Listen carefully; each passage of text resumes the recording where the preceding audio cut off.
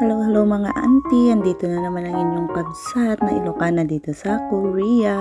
So for today's video, pupunta naman kami ngayon sa Jeonju. Ayan, so ayan yung mga ticket namin guys. At ayan na po ang aming bus papuntang Jeonju. So ang sarap ng tulog ng mga kasama ko, diba? Sarang yung post-post dyan. So tulog na sila habang kami nasa biyahe at medyo mahaba-haba po ang biyahe namin from Jinan hanggang Jeonju. So sleeping beauty sila. Oh, gising na si Ate Kat.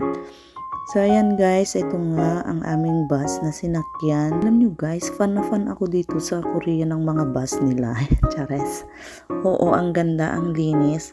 Basta comfortable umupo sa kanilang mga bus. O, diba? Ang haba ng aming biyahe dyan, guys. So, sa wakas, nakarating na kami sa Jeonju, guys. Ayan ang Jeonju. Actually, guys, mas maluwang ang Jeonju kaysa sa Jinan. Kaya marami namang namamasyal dyan sa Jeonju kasi marami silang mga tourist attraction. Marami kang pwedeng pasyalan. Marami ding mga malls na pwede mong puntahan kumpara sa Jinan. Kaya naman maganda mamasyal dyan guys. Tingnan nyo na lang mga building, malalaking mga building ang nandyan. Sa Jinan medyo maliit-liit lang. So parang maliit lang na probinsya ang Jinan guys, kumpara dito sa Jeonju.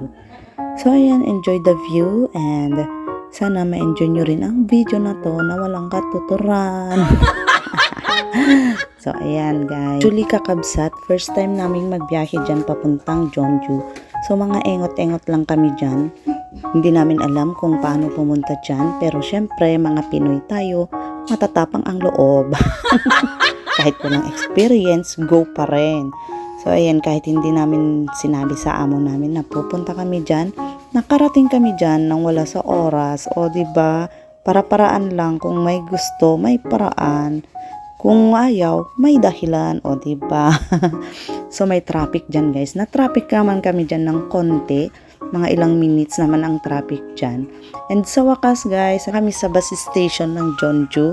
At pagbaba nga namin guys, ayan, puro mga restaurant ng pagkain ang nandyan. Ang ganda ng kanilang bus station, kanilang bus terminal, o diba, may arrival, departure, o parang sa airport lang. Chares! O, so bago kami pumunta ng Hanok, ayan, mag-12 na yan guys, 12. So tanghali na, kailangan namin ng energy para maglakad-lakad sa Hanok. O, diba? So ayan nga ang aming mga pagkain guys. Ayan ang tinatawag na tonkatsu at sundae.